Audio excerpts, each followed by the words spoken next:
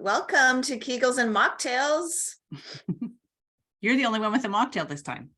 I haven't, well, I don't know that. Does anybody true. We else don't have a know. mocktail and wants to join me? I just poured myself one. Whoops, here we go. So I picked this up at a trade show that I was at recently, and it's from Ottawa, and it's made with mushrooms. And it has 0 sugar and 0 booze and 0 carbs. So it really doesn't sound that much fun, but I'm fun. Does it taste good? Yeah, it doesn't taste bad. At first you're like, is this something that I want to drink? And then once you taste it, it's pretty good. And it's carbonated. Yeah. And I like that. So feels fancy.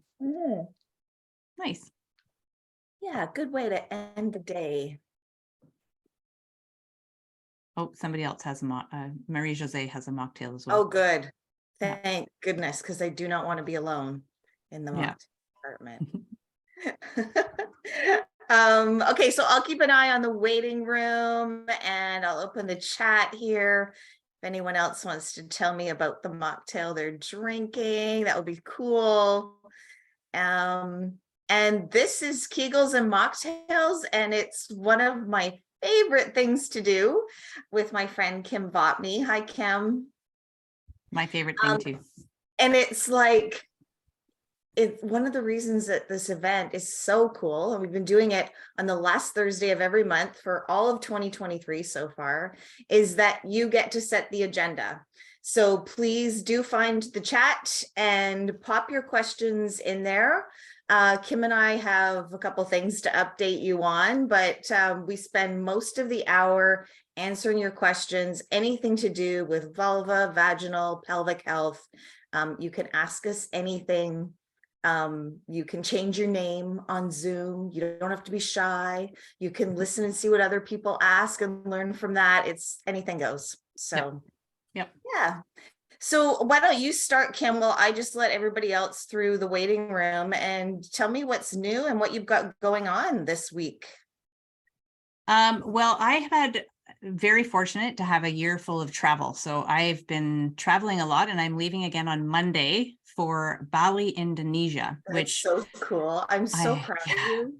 I am so excited about that. I used to live, for those that don't know, I used to live in Jakarta, Indonesia, and we used to go to Bali all the time. And I have not been back since I was in university, which was a really long time ago. And the passion, somebody used to live in Lombok. Cool. Cool. When the platform that I use for my app is hosted by a company called passion.io, and they held a competition, and they picked 5 winners in different categories over a period of 6 months for the people that use their app for their businesses. And I was selected as the winner in the app that provides the biggest positive impact. And so I get to go to a mastermind with the 4 other winners and the creators of Passion and some of their top performing people.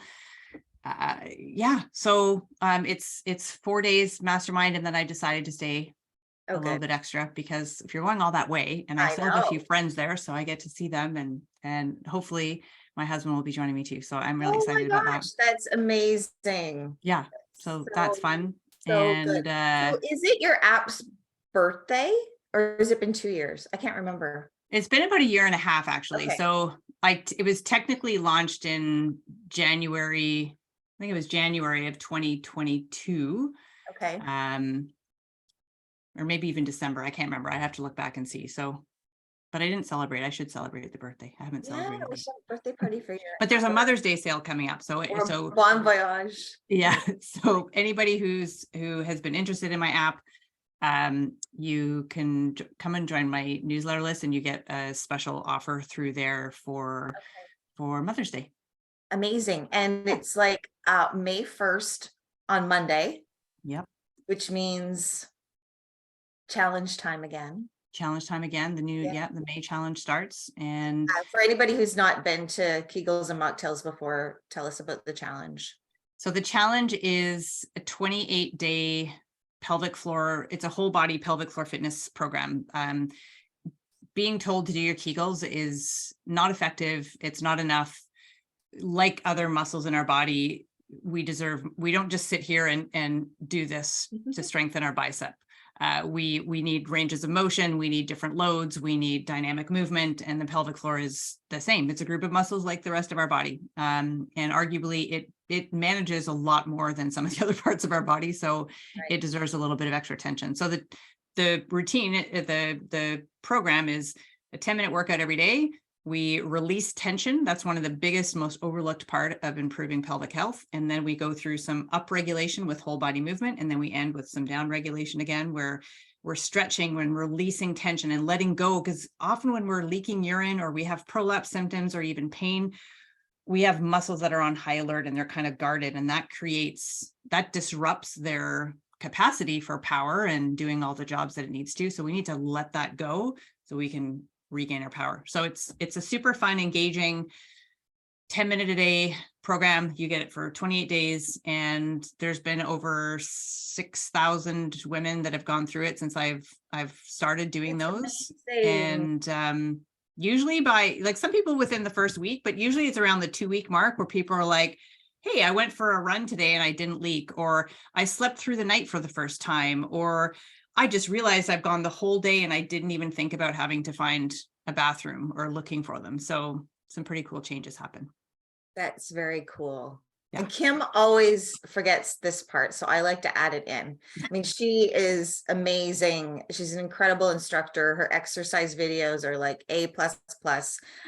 But having the app on your phone, if you're like me, right, sit too much, work too much, forget, having that reminder on your phone, it literally allows you to take 10 minutes a day for yourself and go and do the Buff Muff challenge. Yeah. So yeah. And some people are, so there's Marie Jose is in there and she said she's finding it user friendly and there's so much to learn. So thanks, Marie Jose. And yes, there is a cost.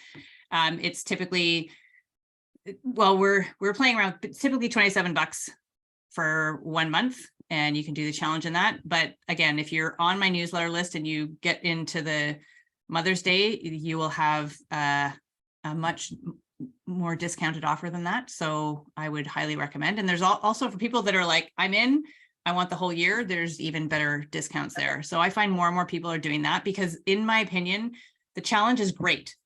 But it's the ongoing piece. We have to progress beyond there. We have to go back to other workouts and resistance training, which is so important for women, for our bone health and our muscle health. So I want there to be a reason for people to carry on. So there's my soapbox. Everything's at vaginacoach.com. Yeah. Kim will type in the link in here. Yeah. Yeah. I've got it in there. I'll do it again. Very, very cool. And what's up with your podcast?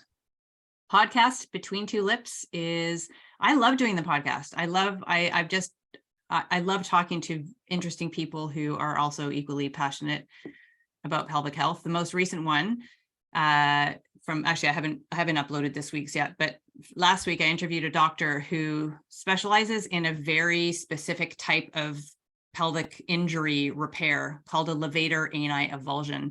Levator ani is one of the layers, one of the groups of muscles in the pelvic floor, and an avulsion means where it has come away from the bone, and there can be a partial avulsion where it's partially pulled away, or a complete avulsion. It can be on one or both sides, and it really is an incredibly life-altering injury, which to date, no one has really had surgical repair options for. And he is doing amazing work with imaging to really properly diagnose what this person is dealing with. And also his repairs are very unique, and he's teaching others and really changing the lives of people who've been really kind of sidelined by that birth injury. So that was my most recent episode, but I've got foot health people and some people who've had their own pelvic health journey. There's pelvic health physiotherapists. There's all sorts of people on there. So if you like listening to pelvic health talk, it's a great place to go hang out. Very cool. What's happening with you? Well, I'm wearing my CBC shirt I saw today. We're both in Canada, for those of you on the call, and CBC The National did a follow-up piece last evening on hormone therapy. So they interviewed Dr. Jen Gunter, and they came to an event that I moderated and spoke at a few weeks ago in Ontario, and it was pretty good. It was pretty good. I mean, it's interesting today. I have to do some show notes on this, and I've been thinking about it all day long. But the piece on the National last night was 9 minutes, and there was a lot of good content and clarifying information in it. And that's about how long our doctor's appointments are traditionally. And I was like, wow, like just the sort of the dichotomy of that time frame where we're actually trying to make health decisions in under 10 minutes. Yeah. And then I was thinking about what we're doing tonight, and always, we'll get started on your questions in just a minute, I promise. Always this hour just like flies by, and we end up having to cut it off. And then I'm like, Kim, you want to do it again next month? Because there's just like, there's such good response and stuff. But for those of you that have decided to sign up and put your name at the top of the to-do list for an hour today, that's huge, because you end up getting so much more quality engagement and information to make health decisions. And that really excites me. So yeah. And then lots going on with the vaginal moisturizer. I think we should just dive into some questions, because I'll probably have a chance to talk about it. And I'm really trying to emphasize, oh, by the way, Kim's going to have her own page for the moisturizer starting Monday too. So that's exciting. That's new. But just about the cost savings, because now we have so many members who have been using it for a while that they're like totally taking advantage of getting the 60 gram or the 90 gram, and there's big savings. So I'll talk about that too. So awesome. Let's get into some questions. No mocktail for me. I'm sick. Oh, that's too bad. I hope you get better soon. I wonder if this mocktail would make you feel better. I'll send you my good wishes. La Croix, I get that. Water, Benkel's Spice. Okay, this is good. Everyone's on the mocktail train. I would like to hear all about the connection between pelvic floor issues and back and leg pain. Jen, I know who you are. I saw your comment earlier today or yesterday. So I've been going to physio for glute and hamstring quad pain. Okay, so follow-up question on there. Have you seen a pelvic floor physiotherapist? So just sidebar there, and then I'll go into answering the question. There was one study done by a pelvic health physiotherapist researcher in Ontario, Canada, and she was looking at women presenting with low back pain and found that 95% of those women experienced some form of pelvic floor dysfunction, such as incontinence, pelvic pain, back pain was or pelvic organ prolapse, with back pain being the common denominator between all of those. And when we look at the pelvis and the surrounding musculature, so this is a female pelvis. Here's your hip bones. This is part of the spine that's showing. This top of the pelvis here is the inlet. You can see the organs, the bladder, the uterus, the rectum. I think my rectum shifted off to the side there a little bit. And then if I was to lay this person on their back, you can now see what the muscles are that are closing off the pelvic outlet. So the top of the pelvis being the inlet, the bottom being the outlet. Here's the pelvic floor muscles. Here's the anus. Here's the vulva. Here's the vagina. Here's the urethra. There's 3 different layers of muscles, and surrounding that. So we also have abdominal muscles that wrap around. So the corset muscle, the transversus, wraps around the front here. We have obliques that are on angles here. And then we also have the 6-pack muscles. So those are the abdominals on the front. And then on the back here, we have, this is again, the base of our spine. So this is kind of like people would identify this as the low back area.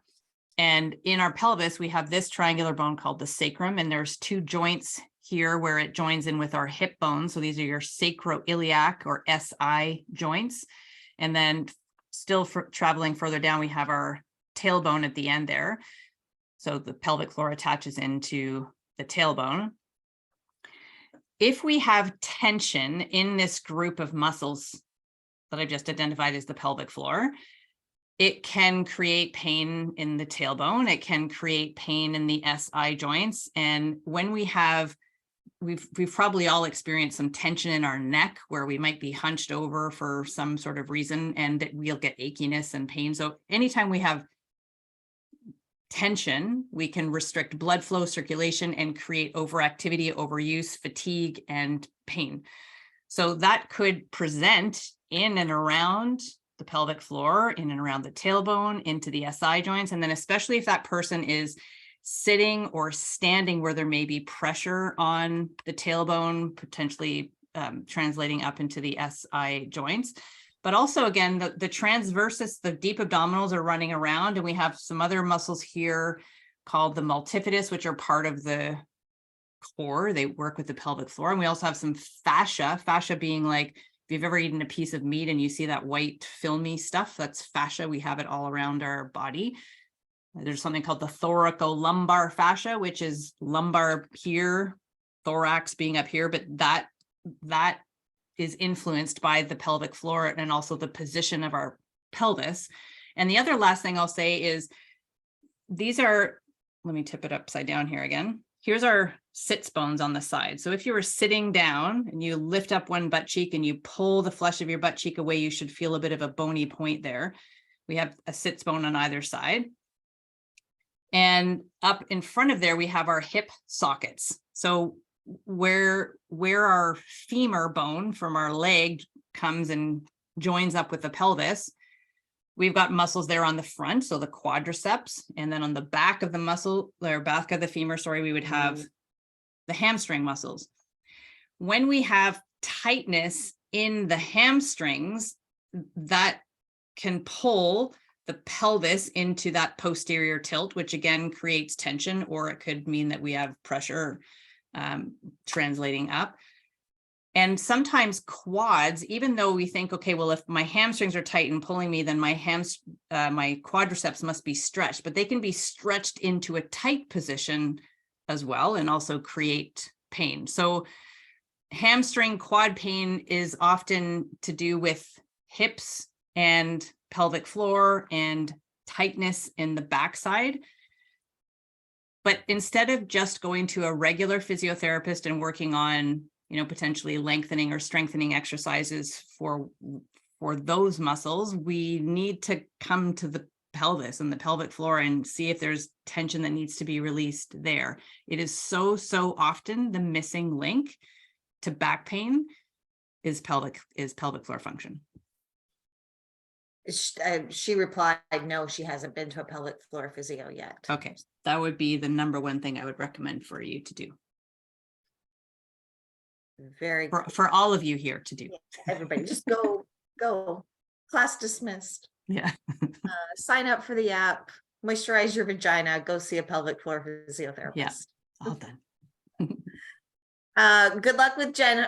Good luck with that, Jen. Please circle back and let us know how you're doing. My doctor prescribed Premarin for me because it hurt to have sex. What can I do instead of this? Well, Premarin is a form of vaginal estrogen therapy, and it's non-bioidentical, but it should be effective. You could ask for a bioidentical form. So a couple brand names of bioidentical vaginal estrogen is Vagifem or Imvexy, probably more popular in the States than it is in Canada yet. And you can moisturize with hyaluronic acid. Vaginal estrogen is something that all of us are likely going to need in postmenopause, because when we reach menopause, estrogen goes for that steep decline, and the vulva and the vagina love estrogen, and they also love hyaluronic acid. Hyaluronic acid is produced by our body naturally, but it starts to decline in our 30s and 40s, and then again, more significantly post-menopause. So many members in the Menopause Chicks community and folks that work with Kim are doing both. And what I found, there's a lot of gaps in women's health. One of the gaps that I find almost daily is that physicians and pharmacists fail to tell women that vaginal estrogen takes time. Sometimes it could take like 3 to 4 months to show results. And we're used to going to the pharmacy and picking something up and like, oh, this is going to be the fix. And without that really informed consult, you might be left disappointed. So I have lots of members who follow the prescribed directions on the vaginal estrogen therapy, and they moisturize with hyaluronic acid. I will get this right at one point in this call. And this is non-prescription, so you can use it liberally. I often ask how old you are or how long it's been since menopause, because that gives me an idea perhaps of the dryness level that you might be dealing with. And lots of folks will, start moisturizing 2 or 3 times a day, even, because hyaluronic acid is like this super strong molecule. It puts natural moisture back into the cells of the vulva and the vaginal wall. And then know that you'll probably be able to taper back to once a day or even every other day. So that's what I would suggest for that. And the other thing that I'll add on there too is the pain is often, especially around the time of our menopause, dryness related. It could also be that there's been some atrophy already, where there's been some thinning or narrowing of the vaginal walls, or it could be overactivity in the muscles. And that could be restricting blood flow and circulation, making insertion, if it's insert of sex you're talking about, difficult and painful. So pelvic floor physical therapy is something that I would recommend as well. Yeah, amazing. I find the app is quite user friendly and there is so much to learn on it. I am a subscriber. There you go. You could just screenshot that as testimonial, Kim. I'd like to hear about urinary urgency. Seeing a pelvic floor therapist on VagiFem and started estrogen and progesterone about a month ago. Found out I hold my pelvic floor too tight.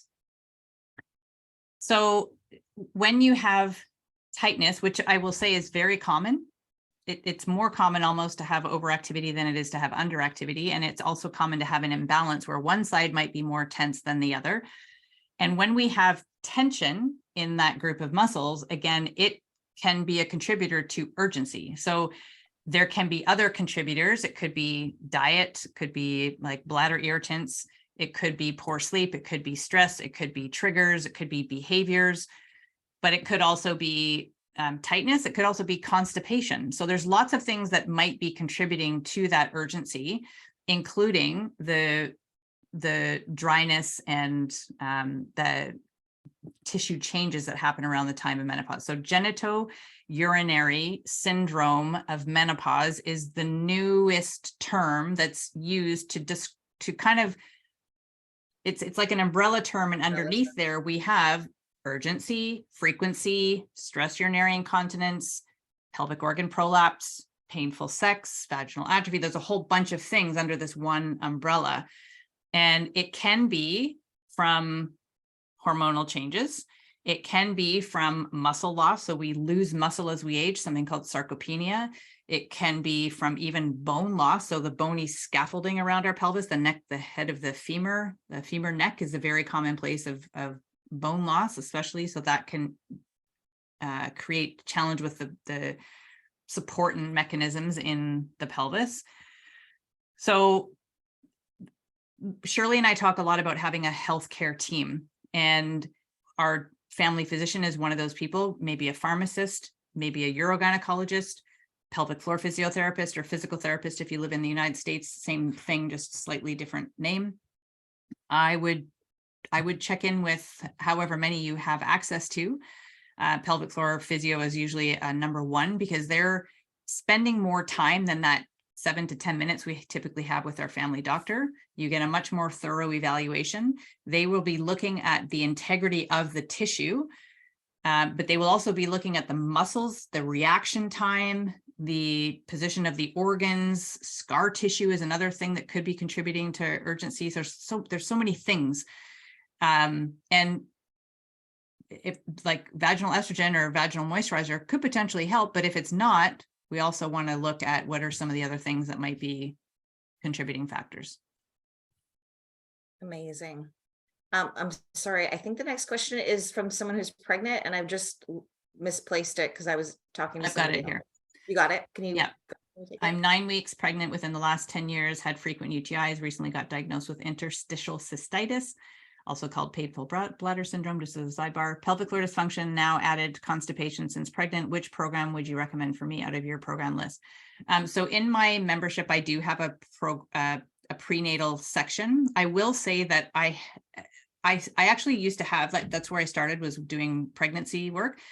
And I had transitioned mainly to perimenopause and postmenopause, and there's somebody who took over my program. So I would actually direct you to that program because it's better. Laura Nance Education. If you go to my Instagram profile, so at Vagina Coach, there's a link in there to the program. It's called Prepare to Push. So that's what I would recommend. That being said, in my app, I do have modifications for pregnancy in the pelvic floor challenge, the Buff Muff challenge. So you can also come in there because the principles are the same whether you're pregnant or not. There's just a slight change near the end of pregnancy, which I have the video in there on what to do. But a lot of the movements really stay the same. So you've got two options there. Amazing. Okay, I think I'm back.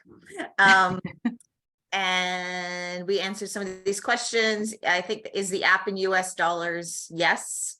Yep. The vaginal moisturizer is in Canadian dollars.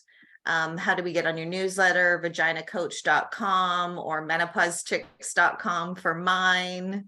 What about if you have had a bladder lift? I think this question is coming in when you were talking about the app or the challenge. Okay.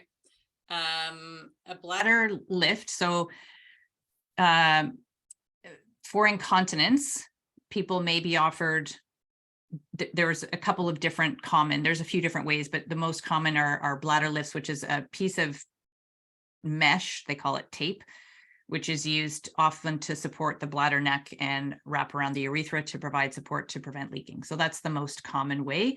I want to distinguish if you've had that or if you had a prolapse surgery. So if you can just clarify there, but regardless, even doesn't really necessarily matter what your answer is. Number one thing, see a pelvic floor physiotherapist to help manage the scar tissue as a result of surgery. So once we have surgery, can address some of the bothersome symptoms. It does not strengthen the muscles. It can sometimes, try to replace or not replace, but repair the anatomy that may have shifted. But we still need to exercise those muscles. And so often people have surgery and the symptoms go away and they think, great, I'm great. And then oftentimes they'll have a recurrence because they haven't addressed the function or the contributing causes to that. So whether you have had surgery or not, see a pelvic floor physiotherapist, but especially if you have, because we need some help with managing the scar tissue. We need somebody to assess the function if we have that restored, because scar tissue can interfere with the reaction time and the force of the muscles. And whether you've had a lift or not, the exercises and the principles of breathing and posture and movement are all the same. So doesn't matter if you've had it or not.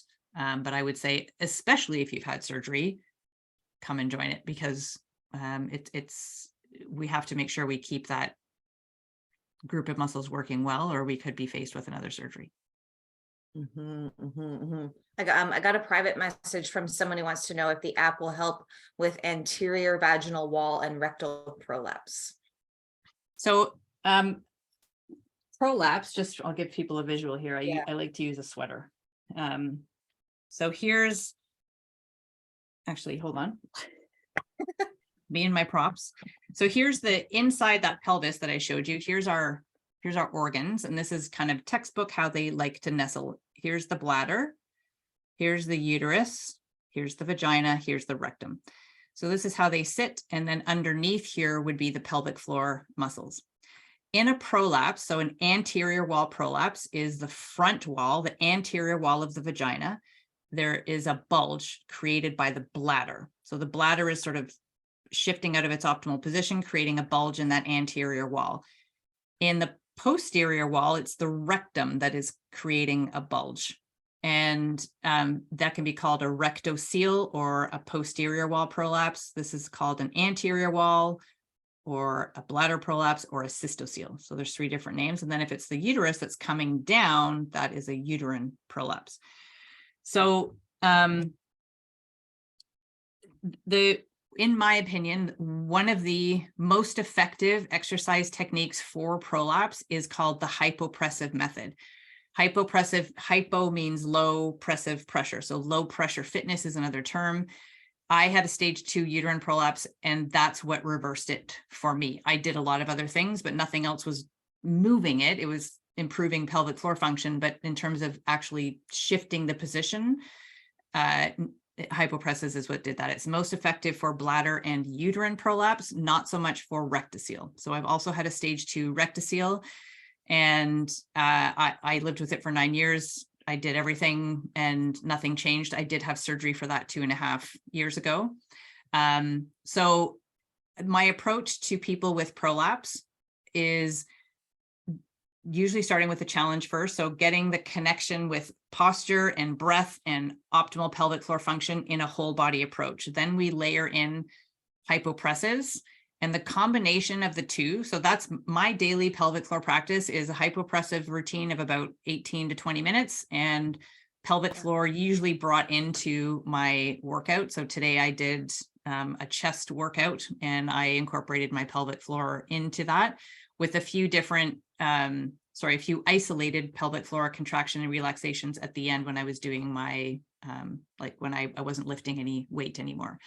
So that's what I would recommend for prolapse. And if you are close to or past menopause, I would moisturize your vagina and potentially vaginal estrogen as well. And I think she was definitely asking the question about the app. So the advantages of what you just described. Oh, sorry. And so the challenge is in there, hypopressives, you can learn it and do it. I have hypopressives workouts in there. It's also about managing constipation. So I have meal plans in there. I have interviews with other physicians and pelvic floor physiotherapists, and it's got everything you would need to become informed and also be able to take things into your own hands. Okay, cool. Okay. My doctor prescribed estriol vaginal cream instead of estriadol. Vaginal cream, have you heard of this? Yes, just wanted your thoughts. I haven't heard anyone talk about using estriol. It does come from a compounded pharmacy. I'm considering rectocele surgery, and I want my vaginal tissue to be as healthy as possible. Will it do that? Yes. I'm also taking systemic hormones. Yeah, I mean, you can probably get curious with your prescriber and ask them why, but I suspect it's probably just a habit. It's probably what the prescriber is using with a lot of his or her patients. That might be the reason why. You could also ask for estriadol as well, and moisturize with hyaluronic acid. Yeah, and estriol is typically it's more related to what we produce when we're pregnant, but it also has an anti-inflammatory effect. So it may not be as effective. And when we look at evidence and research and literature for vaginal dryness and atrophy, it is with estradiol, which is a stronger form of estrogen. But there are some people who do use a little bit of both, because there is an anti-inflammatory in the estriol, and then a bit more tissue resilience, I would say, from estradiol. Very cool. Using VagiFem twice a week, plus Feel Amazing gel every other night. Still not feeling comfy yet. I feel tender when I sit or wipe. On some days, awful. Also, I feel like my lips are shrinking. My whole perineum is just not good. Help. How long have they been using it? Yeah. How old are you? How long has it been since menopause? You can use the hyaluronic acid. Make sure that you're using it externally as well as internally. I would check on that. You can use it liberally to start, and see how you make out. Kind of design your own protocol for that, and talk to somebody. Like see your healthcare provider or a pelvic floor physio and just ask, so that you can have peace of mind that what you're doing is something that's going to give you the best, quickest results. Yeah. And that's something that it can happen. I think it's important to mention that without the estrogen, and as we're aging post-menopause, there can be some, like, it's almost like our labia, our like the majora, the big lips, they will retract a little. They'll become, there's less collagen here and less estrogen. And so that can leave the inner lips, the minora, more exposed, and also the tip of the urethra more exposed. And it can be the hood around the clitoris can retract a little bit as well. And that's a common description. It feels like they're shrinking. And a lot of it is, again, collagen, hyaluronic acid, muscle mass, estrogen, all of those that are working against us as we're getting older. But it doesn't mean that we can't come in. It might take some time to replenish some of what we've lost. But don't give up. Another thing that I would potentially investigate, I don't know if you can have, if you can accommodate anything inserted, but red light therapy is something else that I would look into. And just a really, thank you for asking that question, because just a really good opportunity for us to be like, we work and live in a society that talks a lot about the vagina. Kim and I talk a lot about the vagina, and not all products are I'm losing my train of thought. You know where I'm going. We want to profile and put a spotlight on the vulva, right? And make sure that is just as important externally. Well, exactly. And a lot of people will refer to that as the vagina. Sorry, I've got this upside down, but a lot of people will refer to this as the vagina. Really? Right. Yeah. So the vagina is the tube on the inside. There's the opening, the introitus, or the vestibule here, but the external, what we see is the vulva. Yeah. And just so you know, like when we were going through the approval process for Feel Amazing, I don't even know how many hours I spent on the phone with Health Canada, convincing them that this is a moisturizer that's appropriate for the vulva, inside, outside, skin is skin. So there, that's my PSA for the vulva. Yeah. Kim, what is sciatica? Does it count as lower back pain? Yes, it can. So sciatica, we have a sciatic nerve and a tension in and around. So a lot of people have it identified as piriformis of one of the muscles. So that is a muscle that's intimately related with the pelvic floor. So tight piriformis can sometimes create some of that pain. So it's often tightness, again, that overactivity that can apply pressure onto nerves and create pain that can radiate down the backs of the legs. So it can often be a combination of releasing tension, potentially internally, then externally with posture adjustments, looking how you're holding your body, releasing and lengthening the hamstrings. That's typically what is used for sciatic pain. I'm doing Pilates with my physiotherapist right now. Nice. Yeah. It feels so good. I have an appointment at 6:30. What are your thoughts on Interosa? Trish, I just posted a link. Scroll down.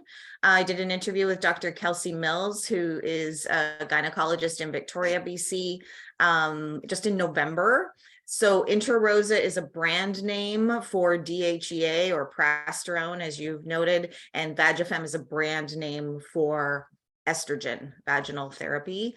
You can listen to Kelsey. She goes through all of the options.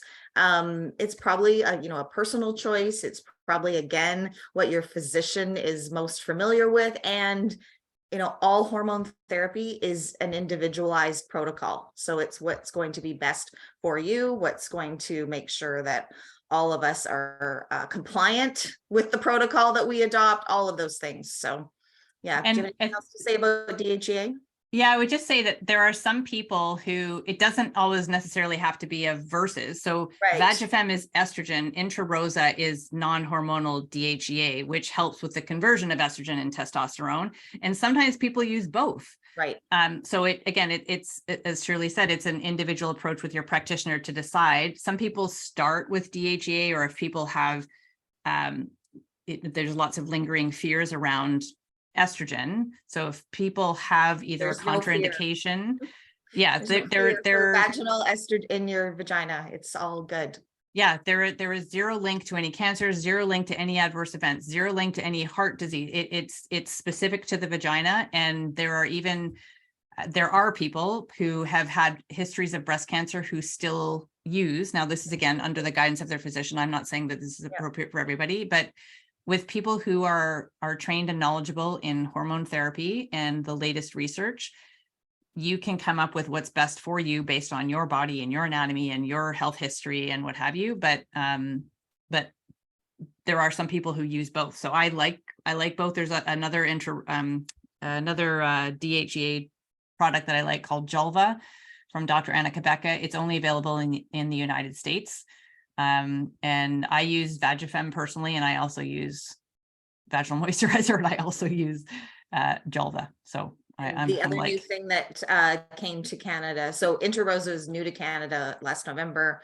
The other new thing in Canada is actually an oral medication called Aspina, which is fascinating, that you can take an oral treatment for vaginal dryness. But the thing with us, things that are happening. The thing with that medication that's interesting that I like, if you consider the population that is most likely to use it, there can be an increase in vasomotor symptoms and hot flashes. So just be aware of that it may not be appropriate if that's something that you're also dealing with. Yeah, I mean, it has to be what's right for you and compliance. I think we might have mentioned this on a previous call, but I hadn't thought of that before because I was like, oral, that doesn't connect. My brain doesn't work that way when I'm thinking about all the treatments that are available to prevent and treat vaginal dryness. Mm-hmm. But if you are somebody that has issues or challenges with compliance or even the application mm-hmm. of a vaginal therapy, it's really exciting and heartwarming that we have other options, right? Totally. It's not just one thing. So yeah. That's good. Thanks, Shirley. You and Kim have convinced me that I need to see a pelvic floor physiotherapist. Well, then we're doing our job. I just started taking Vagifem and weaned myself down to once per week, as I also have the moisturizer. Is that okay? Well, I would ask you, is that okay? How are you doing? I would also say, when you're on a prescription medication treatment, do not self-adjust. Please make sure that any changes to dosage or application is done under the guidance of a hormone expert. Yeah, and the most common with Vagifem or any other vaginal moisturizer is daily for twice a week, sometimes 3 if it's indicated, and then you go to twice a week thereafter. And yeah, so I would, again, not go off that unless it's indicated from your physician. Yeah. Estrogen hormone therapy or natural supplement. Also I'm not sure what that question is rooted in. Also use Feel Amazing along with hormone therapy. Yes, you can use Feel Amazing hyaluronic acid along with hormone therapy. If you're asking me, I mean, I can't answer. I don't know how old you are or when your last period was, but I do have, for this person who's asking, a few events coming up. So I decided after the CBC aired last night that I'm going to repeat the hormone therapy FAQ session on Sunday at 4:00. It's free. You can sign up at menopausechicks.com, and I'm just going to answer all the frequently asked questions that we get in the Menopause Chicks community. So I'll put the link down here, and I'll see you. I'm just going to add just a tiny little comment on that is, there's several, well, Shirley's masterclass is one of the best things to do, for one, but there are supplements out there. Most research that has been done has really not shown a lot of benefit for them, but they're worth a try, sure, depending again on your body and the provider you're working with. But also, if you're looking at North American Menopause Society for their position statement, we also need to consider what are some of the other benefits of estrogen that potentially we want to be aware of, a big one being bone health. So it is indicated for the prevention of osteoporosis, estrogen therapy. And osteoporosis, we lose the 6 or 8% within the first 5 years of menopause. 20% within the first 5 years. 20%. Yeah. 20%. Okay. I'm thinking of something different that's 6 to 8%, but that's a big deal. So So I'm just kind of planting that seed to go That's through a masterclass. Estrogen Matters is a great evidence-informed, evidence-based book that I recommend people read as well to help you become more informed, and then you can make your decisions based on that. Yeah. So at the top of this call, if you joined late, I was talking about the piece that was on CBC last night, and it is a great piece of work in 9 minutes, but I do have to add some show notes, and I'll be posting it on Menopause Chicks probably tomorrow. It focuses on hot flashes, and that's great. But hormone therapy is approved for 3 things: hot flashes, treatment of GSM or vaginal dryness or vaginal atrophy, which we talk about a lot here, and the prevention of bone loss. And that didn't come through in the piece last night. And I worry about that because women will be watching that and think, oh, I don't have hot flashes, I guess I'm okay. And then I meet them again when they're 64 or 72, and they're like, oh, I had no idea that, the loss of estrogen was going to impact my health. So yeah. Yep. Thanks for bringing that up. I've lost my place again. A person here is asking, what is the difference between Feel Amazing and Repagyne? Well, you can answer that. Okay.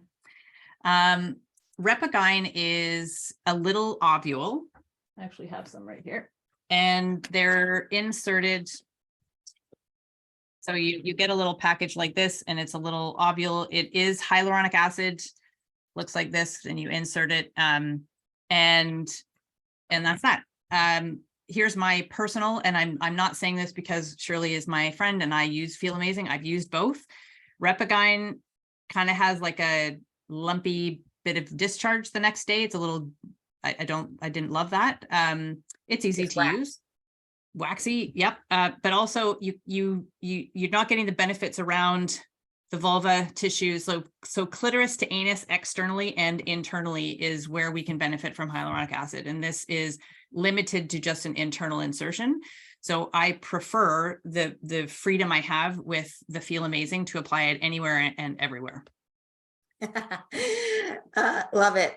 So I don't know if you know this, but before we started the Menopause Chicks vaginal moisturizer, which is now Feel Amazing, there was a series of calls to the pharmacy from doctors.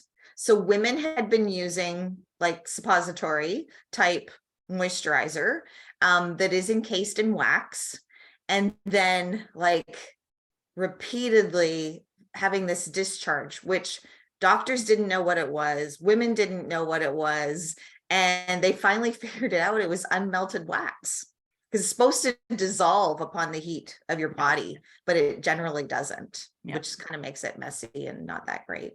Yeah. And really, if you're going to be like taking care of this important area of your body, don't you want it all to be benefiting and absorbing? Gyno told me to stop using Vagifem and to start using Interosa. I didn't realize you could use both. Thank you. You're welcome. Osphina is expensive. Can't comment. It's different for everybody. And I have been reading a lot lately about just the prices of some of these pharmaceutical products in the States. My sister's girlfriend was telling me about her prescription. I think I shared this with you, $400 a month. Yeah, that's crazy. So I'm letting a couple of new people in. Thanks for joining us. We're still going. Okay. I've got somebody here go ahead. that we was asking about a Kegel and a diaphragmatic breath.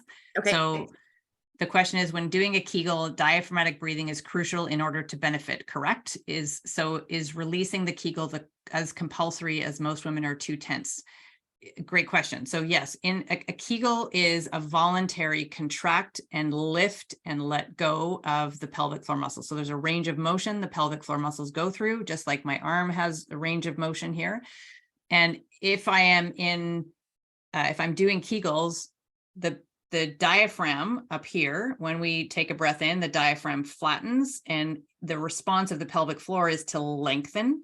And then when we exhale, the diaphragm goes up and the pelvic floor goes up. So this is the synergistic normal physiological relationship between the two. So when we're training pelvic floor, coordinating it with the breath, in my opinion, is hugely important. And especially if we're working with somebody who is tending to be more tense and we really want to focus on relaxation, we want to get the breath there to help calm the nervous system and to help them feel that relationship. So 1000%. I have a video on my YouTube channel called The Core Breath.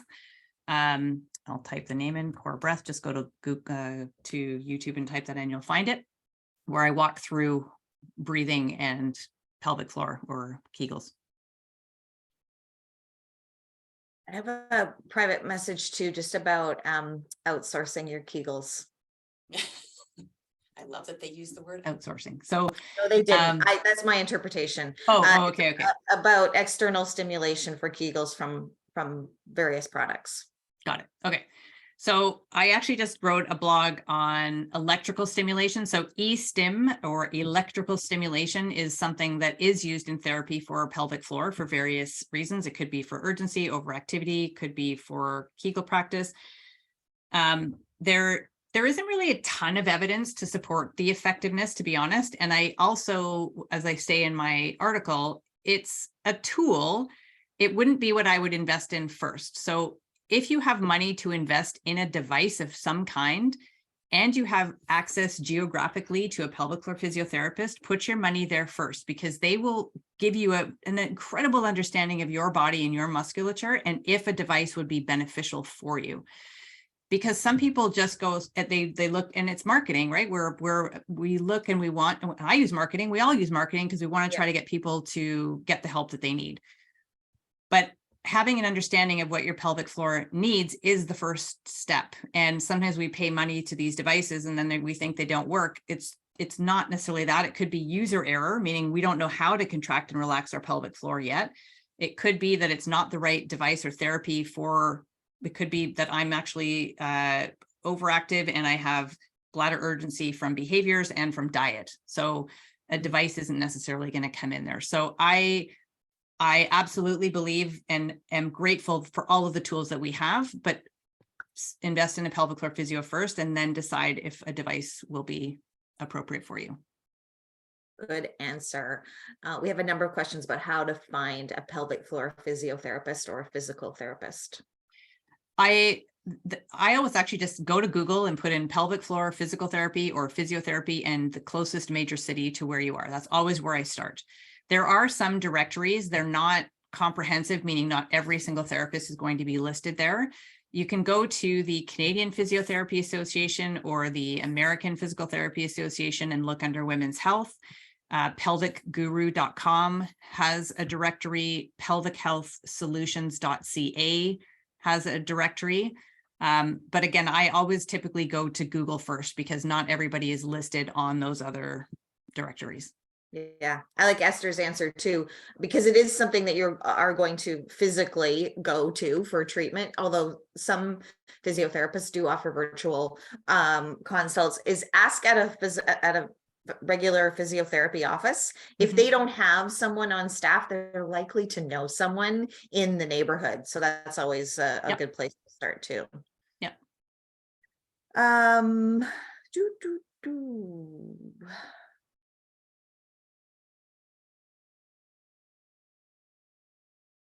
I was just diagnosed with breast cancer. Should I delay the use of vaginal estrogen? We're not qualified to answer that question, but that's a great question to ask your care team. And if you need any tools or information or resources or research to take to that conversation, I'm happy to provide that with you. So just reach out to me at Menopause Chicks. And I'm also just putting in the name of a doctor who is quite active on social media. She's a urogynecologist. She talks a lot about all things vagina and estrogen and everything. So she might be a valuable resource. If you happen to live in the area, you could go see her, but if not, just you can take value from the information that she shares. Yeah, cool. I just realized my question wasn't sent to everyone. I love doing the hypopressives, but they are pushing my hiatus hernia up as well, and it's very uncomfortable. Any tips on this? That's difficult to answer right now, and it could be it can be a contraindication for some people if there is hernias.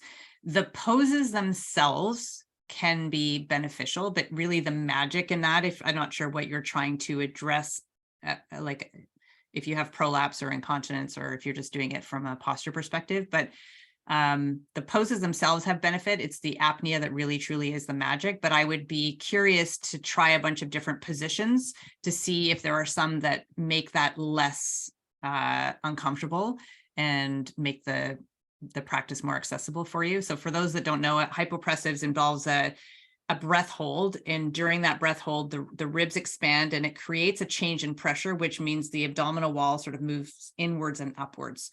And so if somebody does have a hiatal hernia, it could potentially create some discomfort there and maybe a contraindication.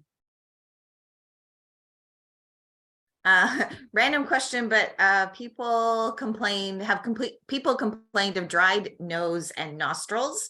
I'm currently using aloe vera and argan oil to lubricate my nostrils and nose, but sometimes doesn't fully work. For my pelvic floor, I've got things under control, but that's good. Yeah, so I don't know if you've taken the Menopause Chicks Masterclass. You can just go to menopause-masterclass.com. One of the other big gaps that I have found in women's health is that we're typically in health class taught how to make a baby and how not to make a baby. And most of us get to the age that we're all at right now, and we really have never been shown what are the roles and responsibilities of our key hormones when our cycles are regular. So what does estrogen, what's it responsible for? What is progesterone responsible for? What is cortisol? What does it do?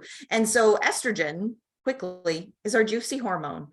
And it, yes, does this incredible thing like produce an egg every month, but it also keeps our eyes moist and our mouth moist and our joints lubricated and our vaginas lubricated, and it protects our heart and it protects our brains and it protects our bones. So it's pretty vital to women's health. And your question actually reminds me a lot of my mom. I wish I had had this knowledge when my mom was with us, because I watched her suffer greatly with dry eyes and dry mouth in particular. But now you're saying nose and nostrils. I remember that as well. And her doctor like just had no clue about how to support her in that. So that's a long way of saying have an investigative conversation about the potential benefits of hormone therapy for you. Yeah. And you can supplement with hyaluronic acid in your body as well, because it won't necessarily, again, it's better to apply locally for our vaginal tissues and vulva, but my brother suffers terribly from dry eyes. He lives in the desert, and he started a collagen supplement that happened to have hyaluronic acid in it as well, and his dry eyes are totally gone. So it's like there's other things that could contribute to it. Hyaluronic acid is all through our body. Collagen is all through our body. Estrogen's all through our body. So there's lots of things that we can use and that can benefit lots of parts. Very cool. Quickly about red light therapy. Red light therapy is kind of taking over the world right now. I've been using it way back in the day. A company called Joylux made a product called, in Canada, it's called the V Sculpt. In the United States, it's called the V Fit. It is like it's like a white dildo that has red light therapy, infrared heat, sonic vibration. And I remember when I used to have an e-commerce store with pelvic health products, and they approached me to be a distributor in Canada. And I was thinking, red light therapy. And I had never heard of red light therapy. I was thinking, who's going to put this in their vagina? And anyway, I did a ton of research, and there's immense benefits for so many things in our body with red light therapy, including reduced inflammation, collagen production, pain management. It's remarkable. And so I was an early adopter for that. And this is like, I'm going to say probably about 8 or so years ago. And anyway, it's hands down my favorite pelvic floor device. Again, I would invest in a pelvic floor physio first, but red light is something that I think it plays such a valuable role for, again, stimulating collagen production, helping relax tense muscles, reducing inflammation, which we can sometimes have if we're in a depleted state from hyaluronic acid and collagen and estrogen. And I also used it post-surgery, and I didn't use the device internally. I have a device that I sit in front of. It's good for skin health. It's good for thyroid. It's good for hair. So I sit in front of it in the morning when I'm doing my meditation. The company that I use is called Orion Red Light Therapy, and it's orionrlt.ca. And if you use Kim Vopni as the code, you get 10% off. And they often have, even if they have a big sale on, so I would wait till they have a big sale, and then you can get an extra 10% off their sale. If you want kind of more a whole body, but red light therapy is awesome for many things. Does it help with lichen sclerosis too? Lichen sclerosis. I don't know of any evidence to show that it's not going to reverse it. It could potentially reduce some of the inflammation. Steroids still are the #1 indicated method for treatment for lichen sclerosis. There's also the O shot, which is technically designed for improving orgasm, where it's PRP. So there's a blood draw that you from your own body, and they centrifuge out the platelet-rich plasma, PRP, and they re-inject that into around the clitoris and usually the front wall of the vagina by the urethra.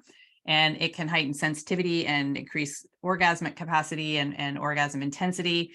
But off label, there are people who are using it for helping manage lichen sclerosis. Again, it's not a cure, but there's some good results coming out from that. Not a huge ton of evidence as of yet, but it's something to consider.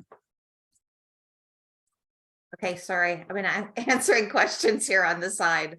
No, it's all good. Do you want to have a look and see if there's a couple more that you can take? It is 5:01. If you do have to go, that's totally cool. Everyone will receive a copy of the recording tomorrow, and you can always reach out to me and I can try to get you an answer to your question if we happen to miss it.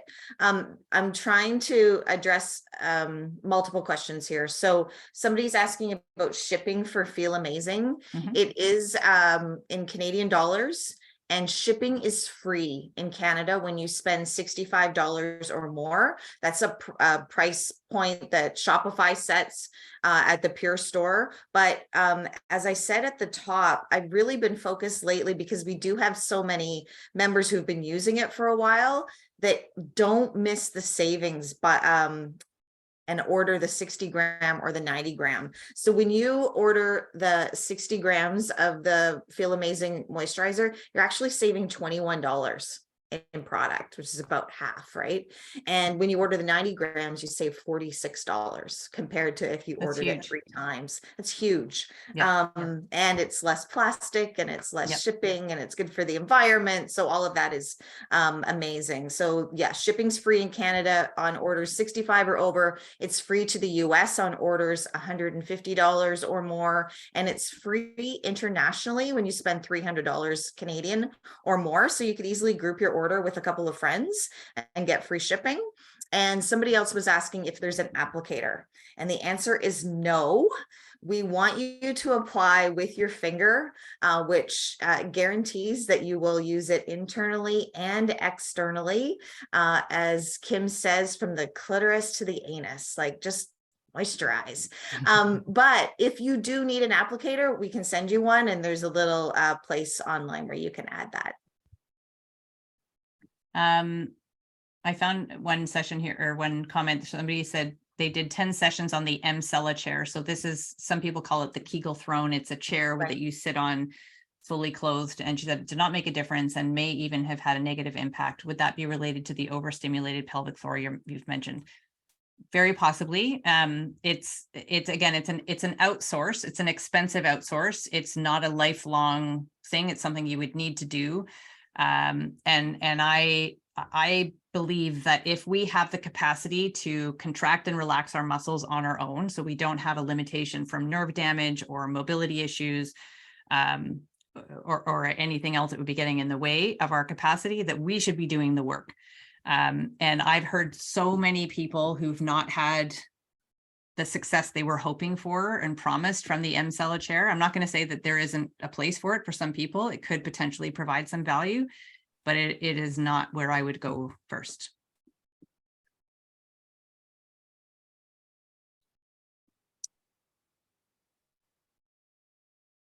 How's everybody doing? Are we just going to stay and try to get through the list, or I do think we want to set a we're doing pretty timer? well though. Like No, I we think, we did great. Are you oh, kidding? somebody's Great asking about, questions. yeah. Somebody asked which collagen my brother's taking. It's Totally Derma is the name. Again, I have a discount link for it if you want. It's expensive, but it does have a lot. I do like the ingredients that are in it.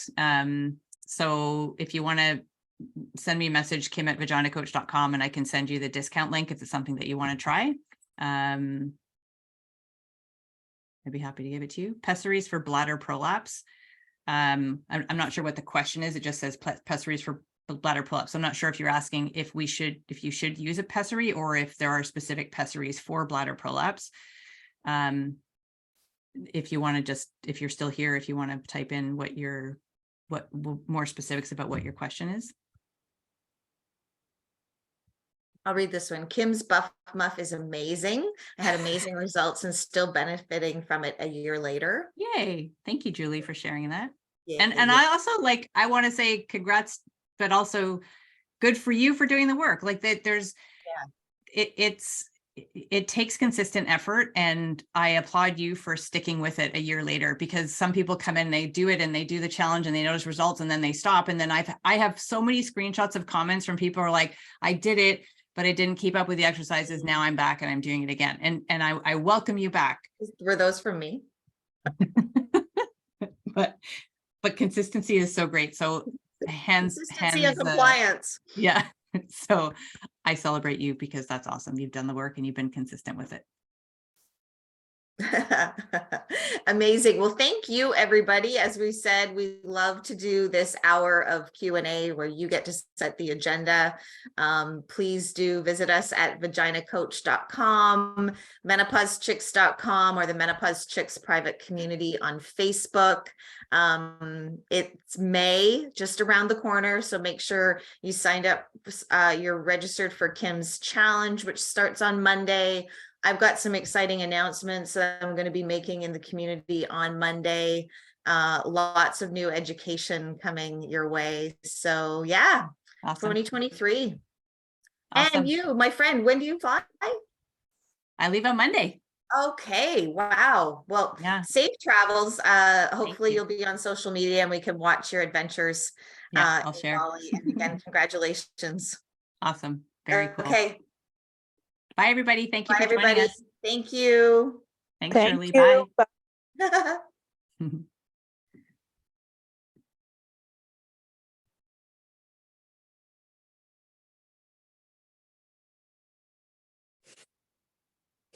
And thank you guys.